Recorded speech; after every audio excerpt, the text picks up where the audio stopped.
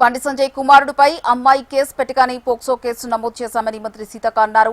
మహబూబాబాద్ జిల్లా కలెక్టర్ కార్యాలయంలో ఏర్పాటు చేసిన సమీక్ష సమావేశానికి సీతక్క హాజరయ్యారు. తమ ప్రభుత్వం ఆడపిల్లల రక్షణ కోసం ఉంటుందని భరోసా ఇచ్చారు. తమ పార్టీ ఇందిరాగాంధీ నుంచి సోనియా గాంధీ వరకు మహిళా ఓరియంటెడ్ పార్టీ అని సూచించారు.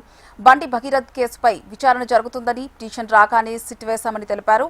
అమ్మాయి కేసులో నిందితుడికి శిక్ష పడాలని కోరుకుంటున్నామని స్పష్టం చేశారు.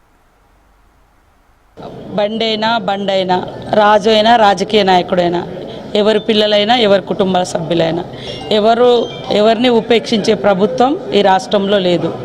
ఖచ్చితంగా విచారణ జరుగుతుంది. సంబంధిత దోషులు ఎవరైతే తేలుతారో వాళ్ళని శిక్షిస్తాం. ఎవరో వచ్చి చెప్పాల్సిన అవసరం లేదు. ఆ అమ్మాయి ఏదైతే బండి సంజయ్ గారి కుమారుడి మీద ఇచ్చిన కేసు ఉందో ఇయ్యగానే వెంటనే పోక్సో కేసు నమోదు చేశారు. తర్వాత విచారణకు ఒక స్పెషల్ టీం వేయడం జరిగింది. ఆ టీము ఫర్దర్గా యాక్షన్ తీసుకుంటుంది. దాంట్లో ఎవరో కాపీ పెడుతున్నారు, ఎవరో మాట్లాడతలేరు. ఆనాటి ప్రభుత్వము 9 నెలల పసికందును అత్యాచారం చంపేసినటువంటి ఘటన మనకు వరంగల్లో జరిగింది.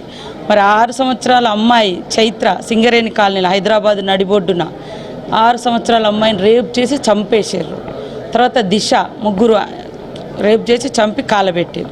ఇలాంటి ఘటనలు జరిగినప్పుడు మాలాంటి వాళ్ళం ఆ రోజు ప్రశ్నించడం. ఈరోజు మాకు పిటిషన్ రాగానే మా ప్రభుత్వము మా ముఖ్యమంత్రి గారు ఆదేశించి వెంటనే ఎంక్వైరీకి స్పెషల్ కమిటీ సిట్ వేయడం జరిగింది.